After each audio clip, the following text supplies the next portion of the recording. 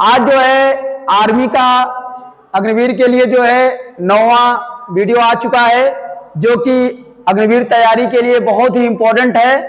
और ये जो है देखिए इसमें जवान जो है तैनात हैं, पूरी जो है तैयारी के साथ हैं। इस तरह से जो है हम लोगों को भी तैयारी करना है, जिससे हम लोग अच्छे से अच्छे जो है बॉर्डर पे जाने के काबिल बन सकें। तो चलिए देखते हैं जो है कौन कौन क्वेश्चन है इसमें, जो साइंस के हैं, बहुत ही इंपॉर्टेंट क्वेश्चन है। और ये सिलसिला लगातार चल रहा है। देखते हैं हम लोग कौन सा इसमें है। तो इसमें आ चुका है, इसमें जैसा कि पहले और क्वेश्चन करा चुके हैं, तो उसी आगे का है ये। इसमें सौर भट्ठी में किस दर्पण का उपयोग किया जाता है? तो ये वाला है उत्तल दर्पण, अवतल दर्पण, इसके बाद उत्तल दर्पण और अवतल दर्पण दोनों, या समतल दर्पण। तो इसमें जो सौर भट्ठी में उपयोग होता है ये है अवतल दर्पण। तो अवतल दर्पण जो है ये बहुत इंपॉर्टेंट है और यही जो है यूज किया जाता है सौर भट्ठी में। कलर सही, चलिए देखते हैं, कलर थोड़ा सही कर लेते हैं। तो इस तरह से ये कलर आएगा। और इसमें अवतल दर्पण का उपयोग किया जाता है, यानी जो सूर्य से एनर्जी आती है, सूर्य से जो एनर्जी आती है फोटॉन के रूप में, उसको जो है जो सौर भट्ठी होती है, सौर भट्ठी होती है, सौर भट्ठी में क्या किया जाता है, सौर भट्ठी जो होती है उसमें इसको बदल दिया जाता है, किसमें? ऊष्मा के रूप में, ऊष्मा के रूप में बदल दिया जाता है। और इसमें किस दर्पण का उपयोग किया जाता है? तो अवतल दर्पण का उपयोग किया जाता है। अवतल दर्पण का उपयोग और कई जगहों पर किया जाता है, जैसे डॉक्टर लोग करते हैं, जैसे आंख और जो है नाक और जो है कान जो होता है, इसमें समय अगर कोई चीज चला जाता है तो उसको निकालने के लिए डॉक्टर क्या करते हैं, डॉक्टर लोग जो होते हैं वो इसी का उपयोग करते हैं, अवतल दर्पण का उपयोग करते हैं। और इसका उपयोग जो है सौर भट्ठी में उपयोग किया जा रहा है। और आपको बता दें हजामत बनाने में, हजामत का मतलब होता है यहाँ दाढ़ी बनाने में, जो है दाढ़ी बनाने में भी किसका उपयोग होता है? दाढ़ी बनाने में भी जो है इसी अवतल दर्पण का उपयोग होता है, क्योंकि ये क्या करता है, ये बड़ा प्रतिबिंब बनाता है ना, इसलिए इसका उपयोग करते हैं। तो बड़ा प्रतिबिंब देखने के लिए इंपॉर्टेंट होता है ये। और इसके बाद आपको बता दें उत्तल दर्पण का उपयोग कहाँ होता है? ये वाहनों में होता है, वाहनों में साइड में होता है, साइड मिरर के रूप में होता है, साइड मिरर के रूप में बगल में होता है, यानी पीछे के वाहनों को देखने के लिए, पीछे के जो वाहन होते हैं, पीछे के वाहन जो होते हैं उनको देखने के लिए इसका उपयोग किया जाता है। तो इसलिए जो है उत्तल दर्पण का उपयोग होता है। और उत्तल दर्पण और अवतल दर्पण का ये कुछ नहीं बताता। इसमें समतल दर्पण देखेंगे, समतल दर्पण क्या होता है? तो सिंपल जो घरों में यूज होता है चेहरे देखने के लिए, वो कौन सा दर्पण होता है? समतल दर्पण का उपयोग होता है। और इसमें आपको बता दें, इसमें जो समतल दर्पण होता है ये इसकी वक्रता त्रिज्या जो होती है, वक्रता त्रिज्या जो होती है, ये सब क्या होती है? अनंत होती है। क्या होती है? अनंत होती है। और इस तरह समतल दर्पण जो होता है, समतल दर्पण, जैसे मान लो ये समतल दर्पण है, तो समतल दर्पण क्या होता है? समतल दर्पण में समान दूरी पर समान आकार का जो है प्रतिबिंब बनता है। तो प्रतिबिंब क्या बनेगा? अगर वस्तु है ये, तो उतनी ही बड़ी इसके जो है विपरीत दिशा में उतनी ही बड़ी वस्तु उतनी ही दूरी पर बनेगा। तो समतल दर्पण के सामने रखी वस्तु का जो प्रतिबिंब होता है बराबर दूरी पर बनता है, उतनी ही माप का और बराबर बनता है, और जो है पार्श्विक बनता है, और इस तरह से जो है आभासी रूप से बनता है। तो इस तरह से दर्पण हो गए। और आपको बता दें यहाँ जो है सिल्वर नाइट्रेट का जो है उपयोग किया जाता है, इसको बनाने के लिए इसका लेप वगैरह लगाया जाता है, तो इसलिए इंपॉर्टेंट है। तो इस तरह से आप स्क्रीनशॉट ले सकते हैं। अगला भी देखेंगे। आपको यहाँ थोड़ा और बता दें कि जो वाहन होते हैं उसकी हेडलाइट में जो होता है वो जो है अवतल दर्पण का थोड़ा सुधरा हुआ रूप होता है, उसको परवलयिक दर्पण, उसको उपयोग किया जाता है हेडलाइट में मेन, कभी कभी अवतल दर्पण भी कह देते हैं। अगला क्वेश्चन देखते हैं। तो अगला क्वेश्चन आ चुका है इसमें। तो ये 12वां क्वेश्चन है, इमली में कौन सा अम्ल पाया जाता है? तो मेथेनोइक एसिड है, मैलिक एसिड है, टार्टरिक एसिड है, सल्फ्यूरिक एसिड है। तो इमली की बात यहाँ की जा रही है, तो इसमें टार्टरिक एसिड होता है, ये जो है पाया जाता है इमली में। इमली के साथ साथ आपको बता दें ये कच्चे आम में भी पाया जाता है, और ये जो है ये अंगूर में भी पाया जाता है, और इसके बाद यहाँ ये जो मैलिक एसिड है ये जो है सेब में पाया जाता है और केला में भी पाया जाता है। और आप सिंपल कह सकते हो फलों में जो है जो होते हैं अधिकतर फलों में भी ये पाया जाता है। और इसके बाद जो मेथनोइक एसिड होगा इसी को बोलते हैं फार्मिक एसिड। फार्मिक एसिड के नाम से भी इसको जाना जाता है। और ये आपको बता दें लाल चींटी में पाया जाता है, लाल चींटी में पाया जाता है, और जो है बिच्छू में पाया जाता है, जो बिच्छू का डंक होता है, डंक जो होता है उसमें पाया जाता है, और नेटल के पत्ते में पाया जाता है, नेटल के पत्ते में पाया जाता है ये जो है। और इस तरह से ये होता है। और मेथनोइक जो है एसिड है इसी को फार्मिक एसिड कहा जाता है, इस तरह से ये पाया जाता है। और इससे क्या होता है, इसे जलन होना शुरू हो जाता है जब ये शरीर में प्रवेश कर जाता है ये अम्ल जो है। इसके बाद सल्फ्यूरिक एसिड है, इसका निर्माण इसका जो है ये कृत्रिम रूप से सिंथेटिक रूप से तैयार किया जाता है प्रयोगशाला में। इसका उपयोग जो करते हैं तो बैटरी बनाने में करते हैं, बैटरी में इसका उपयोग होता है, जो शीशा संचायक बैटरी होती है उसमें जो है इसका उपयोग किया जाता है, विद्युत अपघट्य के रूप में उपयोग किया जाता है। और इसे आपको बता दें इसे और क्या कहा जाता है, इसे अम्लों का राजा कहा जाता है, अम्लों का राजा कहा जाता है। अम्लराज नहीं कहा जाता, अम्लों का राजा कहा जाता है। और अम्लराज अगर कहेंगे तो एक्वारेजिया होगा वो, लेकिन अम्लों का राजा कहेंगे तो क्या होगा, सल्फ्यूरिक एसिड होगा। इसका फार्मूला आपको बता दें, इसमें जो होता है H2SO4 होता है, ये सल्फ्यूरिक एसिड होता है। तो इस तरह से ये है।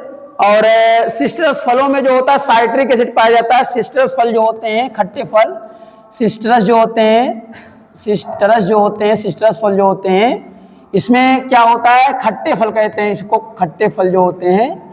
तो खट्टे फलों में सिट्रिक एसिड या साइट्रिक एसिड कहते हैं, सिट्रिक एसिड जो होता है वो पाया जाता है। और ये लगभग सभी खट्टों में पाया जाता है, कॉमन होता है, उसके अतिरिक्त भी और पाए जाते हैं। तो इस तरह से इंपॉर्टेंट है ये। और अगला देखते हैं, इसमें आप स्क्रीनशॉट इसका ले सकते हैं। तो अगला देखते हैं, इसमें अगला क्वेश्चन आ चुका है, 13वां क्वेश्चन है, धावन सोडा में क्रिस्टल जल कितना होता है। अब इसमें क्रिस्टल जल का मतलब क्या होता है, यदि कोई यौगिक है और उसके साथ अगर जल के अणु पाए जा रहे हैं उसमें, तो उसके क्रिस्टल जल कहलाते हैं। तो इसमें धावन सोडा में पूछा गया है। सबसे पहले आपको जो है इसमें बता देते हैं जो है धावन सोडा का। तो धावन सोडा का फार्मूला पहले यहां बताते हैं। तो ये हो जाएगा Na2CO3 और यहाँ 10H2O हो जाएगा। तो ये है धावन सोडा जो है। और इसमें आप देख रहे हैं कि H2O के बगल में कितना लिखा हुआ है, 10, यानी क्रिस्टल का जल कितना हो गया, क्रिस्टल का जो जल है वो कितना हो गया, 10 हो गया।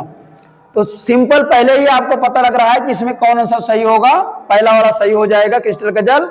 और ये 2 वाला किसके लिए आप जान सकते हैं इसको, तो इसमें आप जान सकते हैं इसमें जो है कैल्शियम सल्फेट जो होता है इस तरह से 2H2O होता है, ये जिप्सम कहते हैं इसको, जो है जिप्सम जो होता है, जिप्सम। तो इसमें आप देख रहे हैं इसमें 2 है, जल के पहले 2 अंक है, तो इसमें जिप्सम में कितना बताओगे, क्रिस्टल जल कितना होता है, 2 होता है। इसी तरह से आप बताएंगे कि इसको जो है जिप्सम को जब 373 केल्विन पर जब क्या किया जाता है, गर्म किया जाता है। जैसे इसको गर्म करते हैं किसमें बदल जाता है, जो है गर्म करने पर किसमें बदल जाता है, POP में। किसमें बदल जाता है, प्लास्टर ऑफ पेरिस में। अब क्या होता है, प्लास्टर ऑफ पेरिस से खिलौने बनाए जाते हैं, और मूर्तियां बनाई जाती हैं। और इसी को जो है प्लास्टर जो है जब टूट जाती है हड्डी तो करते हैं, और इसी को जो है इमारतों में भी करते हैं, इमारतों में उपयोग करते हैं इसको। और अब इसमें देखेंगे जो है कैल्शियम सल्फेट जो होता है और सेमी हाइड्रेट उसको बोलते हैं, तो इसमें आधा हो जाता है। कितना हो जाता है, आधा हो जाता है यही। और H2O मतलब इसमें जल के कितने अणु रह जाते हैं, सिर्फ आधा हो जाते हैं। तो इसमें क्रिस्टल के कितने हो गए, POP वाले में, POP में जो है इसमें आधा हो गया। तो इस तरह से आप देख सकते हैं जिसमें जो है जल के अणु कितने होते हैं, उससे अंक से आप पता लगा सकते हैं कि किसके पहले जो है कितना अंक लिखा गया है। तो इसे क्रिस्टल का जल कहा जाता है। बहुत इंपॉर्टेंट क्वेश्चन है, कई एग्जाम में ये आए हुए हैं, इसलिए इंपॉर्टेंट है। तो आप देख सकते हैं इसमें धावन सोडा है, यानी इसको धोया जाता है कपड़ा वगैरह, इसलिए जो है इसको धावन सोडा कहा जाता है। और इस तरह से आगे देखते हैं हम लोग जो है अगला क्वेश्चन जो है आ चुका है, और इसमें दिया गया है कि जो है पेट के किस अंग में हाइड्रोक्लोरिक एसिड बनता है। तो हाइड्रोक्लोरिक एसिड जो होता है HCl होता है, और इसमें अमाशय है, यकृत है, फेफड़ा है, किडनी है। तो यहाँ आपको बता दें जो होता है ये इसमें जो है पहला सही है अमाशय। अमाशय में HCl होता है, इसमें निकलता है एक जठर रस। क्या निकलता है? जठर रस निकलता है, और जठर रस में ही क्या होता है? HCl होता है। अब ये अमाशय जो होता है वो उसको नुकसान नहीं पहुंचता। इसे क्यों होता है? क्योंकि म्यूस्कस लेयर पाई जाती है, इसमें म्यूस्कस लेयर पाई जाती है, और जो बहुत मजबूत होती है। क्या होती है? मजबूत होती है, और ये जो है इससे प्रभावित नहीं होती है HCl से, इसीलिए जो है ये नष्ट नहीं होता है जो है अमाशय। और आपको बता दें ये भोजन को क्या करता है? ये अम्लीय बनाता है, भोजन को अम्लीय बनाता है, अम्लीय बनाता है। और जो बैक्टीरिया वगैरह आते हैं, बैक्टीरिया हो गया और छोटे छोटे कंकड़ हो गए, इनको सबको क्या करता है? इनको जो है गला देता है, गलाने का काम भी करता है। तो गलाने का कार्य कौन करता है? HCl करता है। और आपको इसमें बता दें कि सबसे पहले जब ग्रास नली से भोजन जाता है तो अमाशय में ही पहले पहुंचता है। और इसके बाद आपको यकृत का बता दें, यकृत को क्या कहते हैं?